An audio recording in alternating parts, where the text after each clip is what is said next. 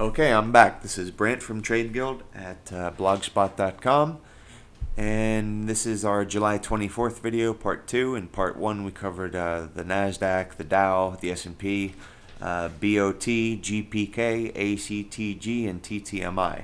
We're going to take a look right now at UTEK, Ultratech, UTEK, and this was a, I hesitate to say recommendation, but this is one I brought to your attention June 2nd on the afternoon update, and June 2nd was right there. So that was a really nice entry right at this trend line. We were already in an established downtrend, so we just kind of jumped in there to see what we could catch, and very nice. It worked out really well. Entries along this trend line seem to be working out. We have one there, we have one there, we have one there, almost one there, and we have what may be one in the making right here. So that's what we're looking for, an entry close to that trend line or at that trend line. And of course, a break above the trend line would be your stop level. Or maybe you could even use this 50-day moving average at this point. I think maybe that's a little bit too much risk, but you get the idea. Anyway, so what are we looking at on this chart? Let's take a look. We've got TSV 38 down here doing the belly crawl. Can't get above the 0 line. We do have a MACD divergence, and I'm going to show you that. Here's the deep low, a lower low, and then we have the subsequent really low lows right in here. And guess what? A failure of MACD. So when you have a failure of MACD, that's pretty. In this case, it's bearish. So you stay with that trend. I think there's more juice in that one to come. I'm gonna take a look at one more thing. I want to show you my trending channel. And for anybody who has Telechart, I'd be more than happy to share it with you if you're interested. I've got it flicked up to the 2-day, and basically along this blue top line, a move above that would be a stop. So if you had entered this stock short around $24, you would have caught this entire move down to 14 thus far, and you would not have been stopped out. So the stop moves down every day with your trade, so you're locking in more and more profits. That's what we like to do, lock in those profits. And as you can see, it's just worked out fantastic. When a stock is trending, I've had really good success with this channel. So again, if you're a Warden Telechart subscriber and you want the formula, it's a custom formula I wrote, I'll be more than happy to share that with you. We're going to move along here, and I am going to bring up our next candidate here, which is UBS. And this is a spotty chart. It's got a lot of gaps in it. I don't generally like trading stocks like this, but we're going to take a look at it anyway.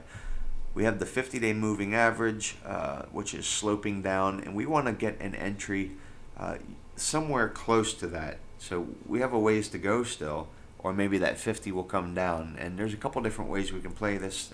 We don't necessarily have to go with the 50, but you can see it kind of tracks in here and in here, and then the break here, and then up here. It tracks pretty well. You might want to tighten the average up a little bit to get a better track on it, but it tracks pretty well.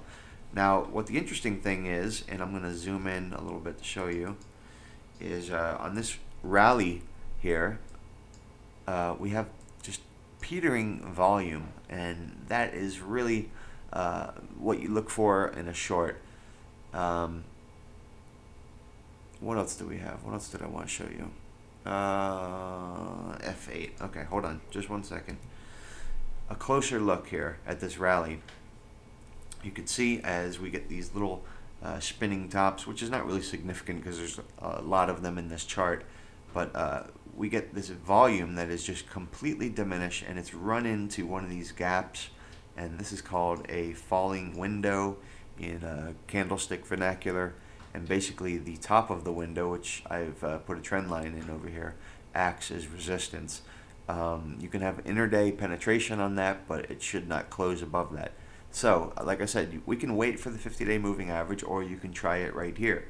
Obviously, your stop is different in each case, but if you're going to try it here, which is not such a bad idea, your stop would go maybe 3% or so above that trend line right there.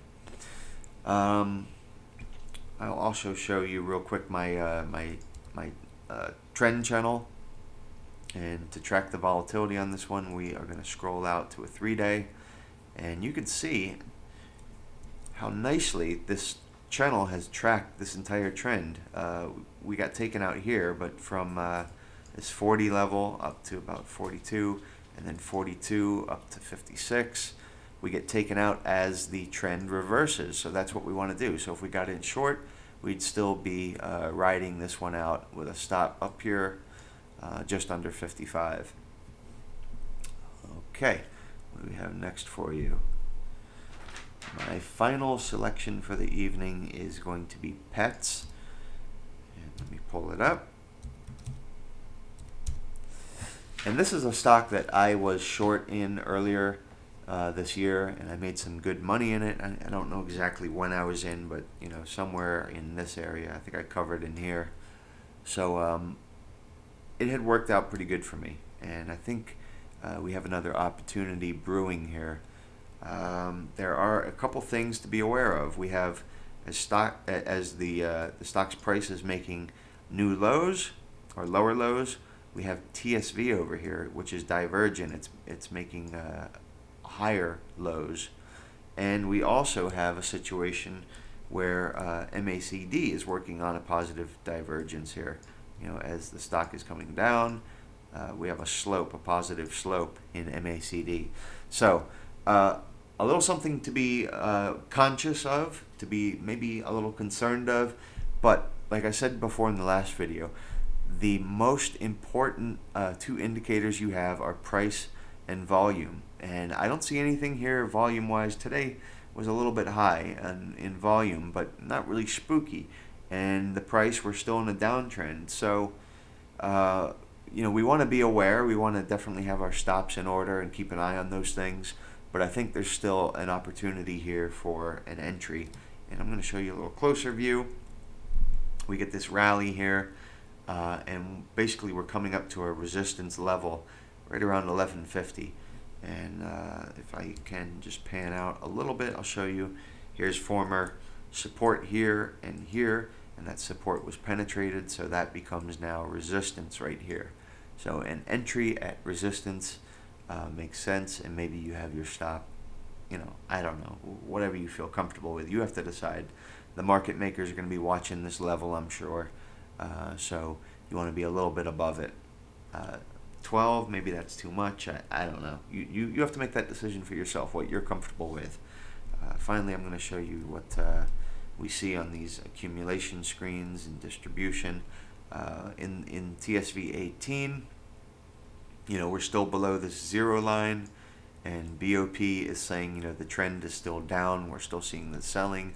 Money stream is not divergent, but you know, it's down.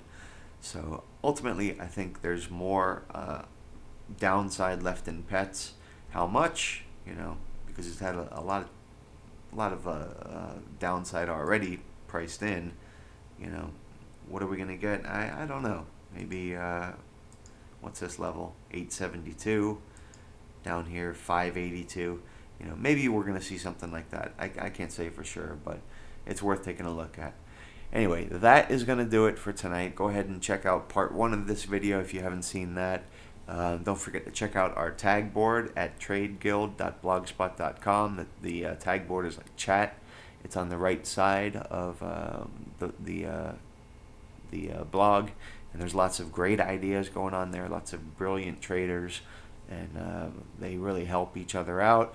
And don't be afraid to ask questions over there, because there's no stupid questions at Trade Guild. There's just willing people there to help you and make the most of it.